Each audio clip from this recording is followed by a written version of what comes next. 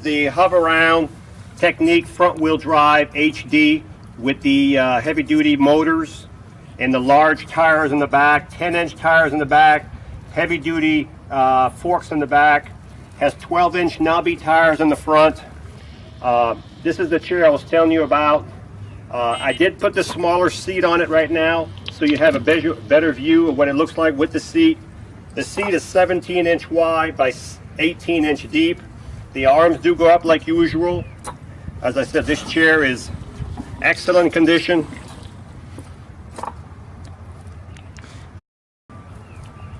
And this chair also has a foot plate that can be flipped up, so you can just back right into it and sit right down.